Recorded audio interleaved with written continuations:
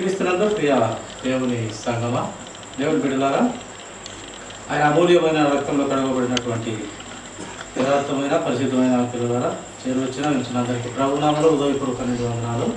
గ్రంథంలో నుండి యోబు గ్రంథము 27వ అధ్యాయము 2వ వచనం తీసినట్లయితే మరొక సూర్య చదవగలరు.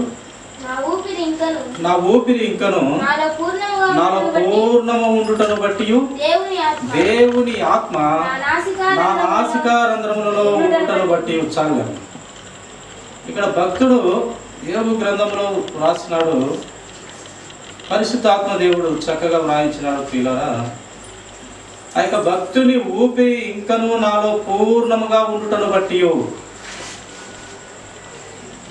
భక్తుని ఊపిరి ఇంకను నాలో పూర్ణముగా ఉండుటను బట్టి దేవుని ఆత్మ నా నాసికారంధ్రములలో ఉండుటను బట్టి అంటూ ఇక్కడ రాయిస్తూ వచ్చినాడు. మనలో ఉండే ప్రతి ఒక్కరిలో ఉన్న ఆత్మ దేవుని సంబంధమైన యథార్థవంతమైనటువంటి ఆత్మ. ప్రియులారా, ప్రతి ఒక్కరిలో మనమైతే మనుషులమైతే బుద్ధిహీనులమే, బలహీనులమే, మట్టివారము, వట్టివారము, మన ఆలోచన బాల్యం నుండి చెడ్డది. అలాగే మనకు మంచి క్రియలన్నీ కూడా దేవుని దృష్టికి మురికి గుడ్డల వలె ఉన్నాయి. అయినప్పటికీ దేవుని ఆత్మ ప్రతి ఒక్కరిలో ఆయన ఆత్మ ఉన్నది. ప్రియుల, ఆదాముకు ఇచ్చినాడు యొక్క ఆత్మను. ఆదాము నుండి మనకు ఒక తీగ మాదిరిగా మనం ఆదాము నుండి ఒకరికొకరము వచ్చినటువంటి రక్త సంబంధము లేక ఆయన జీవవాయువు సంబంధము ప్రతి ఒక్కరికి, మనిషిగా పుట్టిన ప్రతి ఒక్కరికి ఆదాము ద్వారా మనకు సంక్రమిస్తూ వస్తుంది. అది మొదటిగా వదిలినటువంటి ఆ యొక్క ఆత్మ ప్రతి ఒక్కరిలో ఉంది. ప్రియుల, అందుకే ఇక్కడ భక్తుడు రాయించినాడు, నా ఊపిరి నాలో పూర్ణంగా ఉండటం బట్టి. ఆయన ఊపిరి ఆయనలో పూర్ణంగా ఉందంట. అలాగే దేవుని ఆత్మ నా నాసికారంధ్రంలో ఉండుటను బట్టి అంటూ వ్రాయించినాడు. దేవుని ఆత్మ యోబు గారు ఇక్కడ గ్రంథంలో వ్రాయించినాడు. భక్తుడు మొదటిగా ఊదింది ఆదాముకు. ఇక్కడ భక్తుడు ఏమంటున్నాడు, దేవుని ఆత్మ, యోబు గారు దేవుని ఆత్మ నా నాసికారంధ్రంలో ఉండుటను బట్టి. అంటే ఆదాము నుండి అట తరము యోబు గారి వరకు వచ్చింది. యోబు గారి నుండి మా తరము మనము ఇంకా ముందు వారికి కూడా మన ఊపిరి ద్వారా దేవుని ఆత్మ ప్రతి ఒక్కరిలో ఉంటుంది. అందుకే బాప్తిసము తీసుకున్న వెంటనే, అలాగే మార్పు చెంది మారు మనసు పొందిన తక్షణమే మనము, లేక కొన్ని దినాలు కావచ్చును, కొన్ని నెలలు కావచ్చును, మార్పు కలిగిన తర్వాత బాప్తిసం తీసుకుంటాము. బాప్తిసం తీసుకున్న వెంటనే మనకు పరిశుద్ధాత్మ దేవుడు మన హృదయంలోనికి వస్తాడు. బాప్తిసం తీసుకుంటే నువ్వు వరం పొందుకున్నట్టే. ప్రియుల, నువ్వు ఇంకా పక్కా దేవుని బిడ్డవే, దేవుని కుమార్తెవే, దేవుని కుమారుడవే. ఎలా అంటే ఆ వరం ఇచ్చినాడు దేవుడు. ఆ ఇచ్చినటువంటి వరం ప్రకారము ఎప్పుడైతే మనము ప్రభు నిజమైన దేవుడని ఒప్పుకొని మన పాపాలను క్షమించమని అడిగి ఆయనే దేవుని కుమారుడని, దేవుని కుమారుడు కనుక తిరిగి దేవుడే లేపిన కనుక లేపుటను బట్టి మనము విశ్వసించిన ఎడల అప్పుడు మనము ఆ యొక్క పరలోకం నుండి పరిశుద్ధాత్మ మనం పొందుకుంటాం. పిల్లలు, బాప్తిసం తీసుకున్న వెంటనే మనం పొందుకుంటాం. తీసుకున్న తర్వాత కూడా పొరపాట్లు లేక కొన్ని శ్రమలు, కొన్ని మనలో నరులమే, బలహీనులమే, పొరుగొట్టి వారిమే, బుద్ధిహీనులమే, అన్ని విషయాలలో బలహీనులము. పాపంకు ఏటిక క్షణంలో దానికి బానిసైపోతాము, దానికి దగ్గర అవుతాము. ఈ లోకము అలాంటిది, ఈ రంగురంగుల లోకము అలాంటిది. ప్రతి ఒక్కరిని క్షణంలో పాపంలో పడేస్తుంది, నీతిమంతులను సైతం. కనుక పడేసినప్పటికీ ఈ పరిశుద్ధాత్మ దేవుడు లేవనెత్తుతూ ఉంటాడు, గద్దిస్తూ ఉంటాడు, బుద్ధి చెప్తూ ఉంటాడు. నువ్వు దేవుని నన్ను విశ్వసించిన బిడ్డవి, నీకు ఇది తగదు, ఇది నీకు పద్ధతి కాదు అనేది అంతరాత్మ అంతరంగిక యొక్క పురుషుడు, అంతరంగిక స్త్రీ అని మన హృదయం మనతో మాట్లాడుతుంటుంది అప్పుడప్పుడు. ఆ హృదయం నీకు పరిశుద్ధాత్మ ఉండటం వలన నీకు నీకు బుద్ధి చెప్తుంటుంది, లేదా గద్దిస్తుంది, లేక హెచ్చరిస్తుంది. దానివల్ల మనకు చాలా ప్రయోజనం ప్రియులు. ఆ పరిశుద్ధాత్మ దేవుడు ఆ యొక్క కార్యం చేసేది. చూడండి, మరొక మాట చూస్తాము. యోబు గ్రంథము 32వ అధ్యాయము 8వ వచనము ఒక మాట త్వరగా చూస్తున్నాము. 32వ అధ్యాయము 8వ వచనము. అయినను నరులలో ఆత్మ ఒకటి ఉన్నది, సర్వశక్తుడగు దేవుని ఊపిరి వారికి వివేచన కలుగజేయును. చూడండి, అయినను నరులలో ఆత్మ ఒకటి ఉన్నది. మనలో ఏమేమి ఉన్నాయినైనా మన ఇంతకుముందు అప్పుడప్పుడు మనము చెప్పుకున్నాము. ఏమేమి ఉన్నది? మనలో దేహం ఉంది, కనపడే దేహము ఉంది. చిన్నప్పటి నుండి మనం ముసలితనం అయ్యే వరకు ఒక్కొక్క స్థాయిలో ఒక్కొక్క వయసులో మారుతూ ఉంటుంది ఈ యొక్క దేహము. పిల్లల నుంచి బాల్యదశకు వస్తాము, మళ్ళీ పెద్దవారి అవుతాం, మన నడివసుకులు అవుతాం, ముసలి వారి అవుతాము. ఇట్లా జరుగుతుంది దేహము. ఈ దేహం ఉంది, ప్లస్ దేవుడు మన నాసికారంధ్రంలో ఊదినటువంటి ఆ జీవాత్మ ఉంది, ఆత్మ ఉంది. అలాగే మనకు ప్రాణము ఉంది. ఆ ప్రాణానికి రక్తమే దానికి కారణంగా, ఆ యొక్క రక్తం వలన మనము బ్రతికి ఉంటాము. రక్తం అంతా పోతే ప్రాణం కూడా మనము వెళ్ళిపోతుంది. కనుక మనము ప్రాణంతో ఉన్నామంటే ఆ రక్తము ఆధారం. ప్రాణము, దేహము, ఆత్మ, ఈ మూడు కలగలిపి ఉంటాం మనం. ఇప్పుడు నేను ఎవరిని అని నేను చెప్పుకుంటా, ఏమని చెప్పాలి? నేను ఆత్మని చెప్పాలా, లేక నేను ఒక దేహాన్ని అని చెప్పాలా, లేక నేను ఒక ప్రాణాన్ని అని చెప్పాలా, లేక నేను ఒక నరుణ్ణి అని చెప్పాలా? ఈ మూడు కలిపిన వాడే నరుడు. అలాగే తండ్రి, కుమారుడు, పరిశుద్ధాత్మ అనబడిన వారు కూడా ఆ మూడు కలిసిన వారే దేవుడు. మనం ఎలాగో మూడు తత్వములు మనలో ఉన్నాయో దేవునిలో కూడా అలాగే మూడు తత్వములు కన్నా ఆయనలో ఇంకా కోట్ల తత్వాలు ఆయనలో ఉన్నాయి. కోట్ల రూపాలు ఆయన ఒక్కసారిగా ఆయన ప్రతి ఆయన నమ్మిన బిడ్డలకు కనపరుచుకుంటాడు. ఆయన అంత శక్తివంతుడు. కనుక ఇక్కడ ఆత్మ ఒకటి ఉన్నది, సర్వశక్తుడగు దేవుని ఊపిరి వారికి వివేచన ఇస్తుంది. ఆయన ఊపిరే కూడా మనకు వివేచన, జ్ఞానము, బుద్ధి ఇస్తుంది అంట. ఆ యొక్క ఆత్మ మనకు వివేచము, జ్ఞానము, బుద్ధి ఇస్తుంది. మనలో నుంచి ఈ ఆత్మ సడన్గా వెళ్ళిపోతే మనం చనిపోతాము. అది దేవుడిచ్చినటువంటి ఆత్మ. ఆ మూడు ఉంటేనే మనము బ్రతుకుతాం. దేహము కనపడకుండా చనిపోయినట్టే, లేక మన దేహంలో రక్తము అంతా పోయినా కూడా మనం చనిపోయినట్టే. అలాగే దేవుడిచ్చిన ఆత్మ ఆయన తీసుకున్నా కూడా మనము చనిపోతాం. ఇంకా కదలలేము, మెదలేము, అట్నే బాడీ అలా పడిపోతుంది. కనుక ఈ మూడు మనకు ముఖ్యమే. ఈ ఆత్మ ఒకటి మనలో ఉన్నందువలన ఆయన ఊపిరి ఊదినాడు కనుక ఆ ఊపిరి వలన మనకు వివేచన కూడా మనకు కలగజేయును అంటూ ఇక్కడ వాక్యము రాయబడుతూ వచ్చినది. ఆత్మ ఒకటి ఉన్నది, సర్వశక్తుడగు దేవుని ఊపిరి వారికి వివేచన కలుగజేయును. సర్వశక్తుని దేవుని ఊపిరి మనకు వివేచన, ఆలోచన, జ్ఞానము, బుద్ధి ఇవన్నీ మనకు కలిగేలా ఈ యొక్క ఆత్మ మనకు పనిచేస్తుంది. ప్రియుల చూడండి, అదే యోబు గ్రంథము 33వ అధ్యాయము. యోబు గారు ఈ యొక్క ఆత్మ గురించి చాలా చక్కగా వివరించినాడు ప్రియులారా యోబు గ్రంథంలో పరిశుద్ధాత్మ దేవుడు. చూడండి 33:4వ వచనం ఒక మాట చూస్తాము.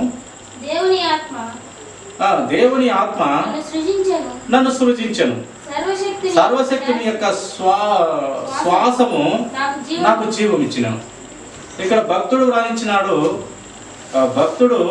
వ్రాసినాడు పరిశుద్ధాత్మ పేరును పొందుకొని దేవుని ఆత్మ నన్ను సృజించెను అంటూ రాసి ఉన్నాడు ప్రియులారా. దేవుని ఆత్మ మనల్ని సృజించెను. ఆయన చేతులతో తయారు చేసి చక్కగా బొమ్మను చేసి ఆత్మను ఊది మనమును సృజించినాడు. అది దేవుని ఆత్మ. ఆయన ఊదినాడు ఆత్మను. ఆ ఊదినటువంటి ఆత్మ చేత మనము ఆ మట్టి బొమ్మగా తయారు చేసిన మనము నరులముగా జీవం పొందుకున్నాము. మొదటి ఆదాముగా జీవం పొందుకున్నాము. ఆయన నుండి మనము వచ్చినాం. మనము మట్టి వారిమే. ఆదామే మట్టి అయినప్పుడు మనము మట్టి వారిమే, ఒట్టి వారిని. కనుక మనమేదో స్పెషల్గా ఏదేమి వచ్చింది లేదు. ఆదాము ఎలాగా మనతో చేయబడినామో ఆయన నుండి ఒక తీగ మనము ఆ మొదటి మనిషి నుండి ఇప్పటికీ మనకు ఒక తీగ మాదిరి మనం.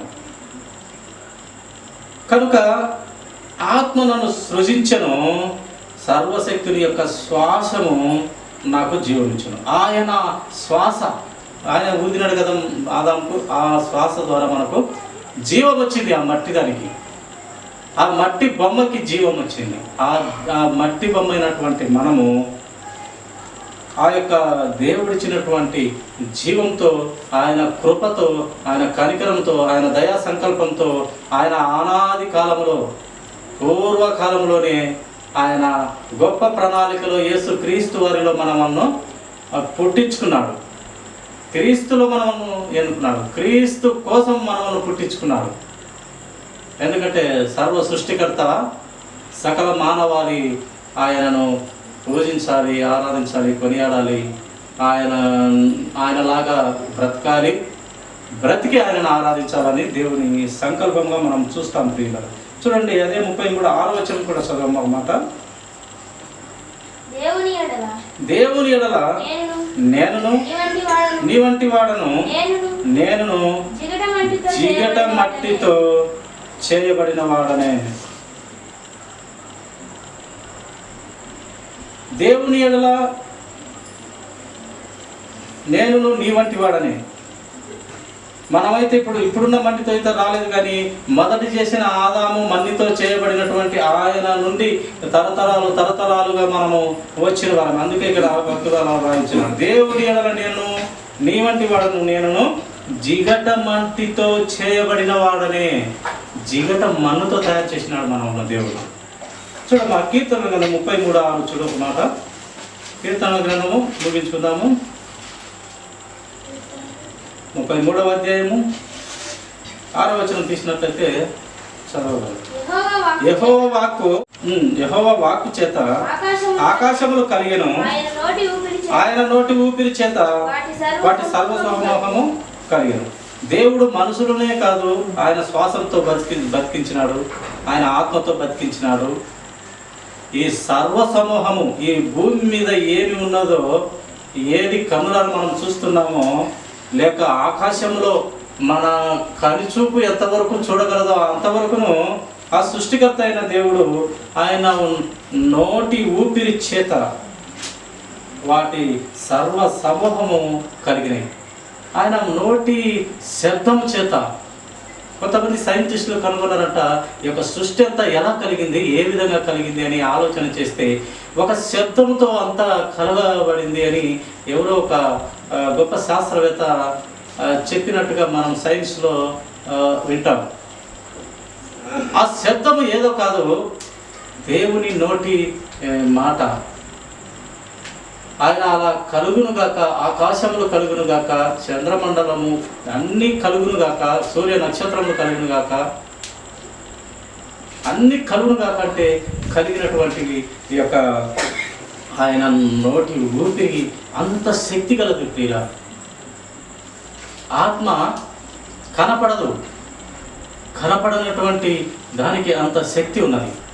మనకు కరెంటు కూడా వైర్ అయితే కనిపిస్తుంది, కానీ దాంట్లో మామూలుగా కనెక్షన్ ఇచ్చిన కరెంటును మనము పట్టుకోలేము. మామూలుగా ఏ కనెక్షన్ ఇవ్వకుండా వైర్ని అయితే పట్టుకోగలము, కానీ కరెంటు కనెక్షన్ ఇవ్వబడిన దాన్ని మనం పట్టుకుంటే షాక్ కొడుతుంది. కంటికి కనపడదు, కానీ పవర్ ఉంది దాంట్లో. అలాగే ఈ కంటికి కనపడని ఆత్మ కూడా చాలా పవర్ ఉంది. నిజంగా మనము ఇక్కడ నిలుచుకొని లేదా కూర్చొని దేవుని వాక్యం వింటున్నామంటే ఆ దేవుని ఆత్మ మనలో ఉండబట్టి మనము నిల్చుకొని వింటున్నాము, లేదా కూర్చొని వింటున్నాము, చదువుతున్నాము, వింటున్నాము, లేదా పనులు చేసుకుంటున్నాము, తింటున్నాము, తిరుగుతున్నాము. ఒక్క స్టడల్గా ఆత్మ ఆయన తీసుకుంటే దేవుడు అలానే కుప్పకూలిపోతాము. అలాగే ఈ వైర్లో కరెంట్ ఉంది, ఈ స్విచ్ ఆఫ్ చేసిన తర్వాత ఆ కరెంటును ముట్టుకోవచ్చు. స్విచ్ ఆఫ్ చేసిన తర్వాత ముట్టుకోవచ్చు, ఆఫ్ చేయకుండా అంటే ముట్టుకోలేదు. అది మనకు కనపడదు కానీ పవర్ జాస్తి. అలాగే దేవుడు కూడా ఆయన ఆత్మ ఉన్న దేవుడు కనపడడు కానీ చాలా శక్తి పవర్లు కలిగిన, కరెంటు కన్నా చాలా పవర్ శక్తి కలిగిన మహా గొప్ప దేవుడు. ఆయన ముఖము కోటి సూర్య తేజస్సు కలది. ఎవరు ఆయన చూడలేరు, ఒక్క యేసుక్రీస్తు వారు తప్ప ఎవరు చూడలేరు.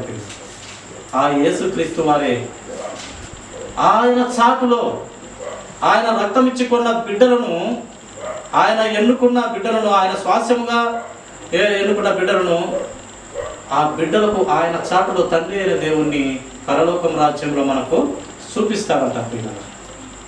చివరిగా చూడమ్మా, అదే యోబు గ్రంథము 26వ అధ్యాయము 13వ వచనం చదువు ముగించుకున్నాను. యోబు గ్రంథము 26వ అధ్యాయము ఆయన ఊపిరి విడవగా ఆకాశ విశాలములకు అందం వచ్చిందంట ప్రియులారా. దేవుడు ఆయన ఊపిరి విడిచినాడు. సృష్టికర్త అయిన దేవుడు ఊపిరి అలా వదిలినాడు, ఆకాశములు అందముగా తయారైనవి. ఏ ఆధారం లేకుండా సూర్యగోళం అక్కడ నిలబడి ఉంది, ఏ ఆధారం లేకుండా ఆ యొక్క చంద్రుడు అక్కడ నిలబడి ఉన్నాడు, ఏ ఆధారం లేకుండా ఆ చుక్కలు అక్కడ నిలబడి ఉన్నది, ఏ ఆధారం లేకుండా ఈ భూమి కూడా నిలబడి ఉంది. ఎలా అలా కట్టుబడి నిలబడి ఉన్నాయంటే ఏ ఆధారం లేదు వాటికి. ఒక దారంతో కట్టి లేదా ఒక ఇనుప గొలుసు కట్టి లేదు, మధ్యలో శూన్యంలో ఏలాడబడుతున్నాయి. నిజంగా ఎంత గొప్ప దేవుని సంకల్పము, ఎంత గొప్ప ఆలోచన. అసలు సృష్టి వింటేనే, సృష్టి ఆలోచన చేస్తేనే మనిషికి భయం పుట్టాలి పిల్లరా. అంత శక్తి కలిగిన దేవుడు, ఈ కరెంటు కన్నా ఎక్కువ పవర్ కలిగిన దేవుడు ఆయన నోటి మాటల చేత అలా నిలబెట్టేసినాడు పిల్ల. చాలా శక్తి కలిగిన దేవుడు. ఆయన నోటి ఊపిరి విడువగా ఆకాశములకు అందము వచ్చును. ఆయన హస్తము పారిపోవు మహా సర్పమును పొడిచెను. ఆయన చాలా శక్తి కలిగిన దేవుడు, చాలా నమ్మకమైన దేవుడు, నీతి గల దేవుడు, యథార్థవంతుడు, ఉత్తముడు. ఎన్ని క్వాలిటీస్ ఉన్న దేవుణ్ణి మనము మనస్ఫూర్తిగా ఆయనను ఆరాధించాలి, ప్రేమించాలి, ఆయన కోసమే బ్రతకాలి. ఆయన మనల్ని ఎన్నుకున్నాడు, ఆయనలో ఎన్నుకున్నాడు, క్రీస్తులో మనల్ని ఎన్నుకున్నాడు దేవుడు. అది ఇప్పుడు ఎప్పుడో కాదు, భూమి పుట్టకథలకు ముందు ఎన్నుకున్నాడు దేవుడు. కనుక సమయం లేదు కనుక ముగించుకున్నాము. భూమి పుట్టకథలకి ఆయన ఎన్నుకున్నాడు కనుక మనము ధన్యులము. నరులుగా పుట్టడమే చాలా అదృష్టవంతము, ధన్యులం. ఎందుకంటే మన పోలికలోనే దేవుడు ఉండేది, మన రూపంలోనే దేవుడు ఉండేది, మనలాగా నడిచేటువంటి వాడే దేవుడు కూడా. నిజంగా సృష్టికర్త అయిన దేవుడు యేసుక్రీస్తు ప్రభువారు కన్నులారా మనకు గ్రంథంలో అయితే నమ్మి మనము ఆయన శిష్యులు చెప్పినట్టుగా చూస్తాము. మనమైతే చూడలేదు, కానీ భక్తులు, ఆయన సమకాలికులు, ఆయన కాలంలో ఆయన శిష్యులుగా అనబడినటువంటి అపోస్తులైన పౌలు గారు, వీళ్ళందరూ సమకాలికులుగా ఆయన సృష్టికర్తను చూసినటువంటి ధన్యులు. మనమైతే చూడలేదు, చూడక నమ్మిన వారు ధన్యులు అన్నాడు దేవుడు. తోమా గారు ఆయన సహవాసంలో పొద్దులస్తం ఆయనతో తిరుగుతూ, నేను చనిపోయిన తర్వాత 3వ దినాన లేచినానని చెప్పి ఆయన సహవాసం నుండి ఆయనతో చెప్పినా కూడా ఆయన ఆ సమయంలో నమ్మలేదు. నేను నమ్మను.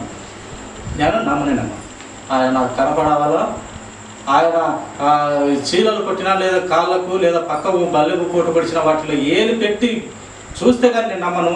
మీరందరూ నమ్మచ్చు, నేను నమ్మేటువంటి వాడిని కాదని చెప్పి పోయి అప్పుడు దేవుడు వచ్చి, రానాయన తోమా, ఇదో చూసుకో, నువ్వు ఏలు పెట్టి చూస్తేనే కదా నమ్మేది అని చెప్తే, అప్పుడు నా దేవా నా ప్రభువా నన్ను క్షమించు అన్నప్పుడు అప్పుడు అంటాడు ఆ గొప్ప మాట. ఏమంటాడు? నీవు చూసి కూడా నీతో సహవాసంలో ఉన్నప్పుడు, నీతో ఆనుకొని నీ యొక్క సహవాసంలో ఉన్నా కూడా, నీకు చెప్పినా కూడా నీవు నమ్మలేకపోతివి. చూడక నమ్మిన వారు చాలా ధన్యులు, తోమ కంటే చాలా ధన్యులు అంటున్నారు. ఇప్పుడు మనం నమ్ముతున్నాము. ఎవరు? తోమా గారు, ఆయన శిష్యులు, ఆ అపొస్తలులు చెప్పినటువంటి బోధను ఆ కాలంలో యేసుక్రీస్తు ప్రభువారు చక్కని మాదిరికరమైన జీవితాన్ని పెట్టాడని మనము గ్రంథం ద్వారా, ఆ భక్తుల నోటి మాట ద్వారా మనం నమ్ముతున్నాము. నమ్మినటువంటి మనము ధన్యులు అని దేవుడు చెప్పినాడు. తోమ కంటే ధన్యులు అంట. కనుక వాక్యాన్ని మనము నమ్మాలి, విశ్వసించాలి, నిరీక్షణ ఉండాలి, పట్టుదల ఉండాలి, ఓర్పు, సహనం. ఇవన్నీ ఆ పరలోక రాజ్యానికి చేర్చే ఒక మెట్టులైనటువంటి క్రియలు ప్రియులు.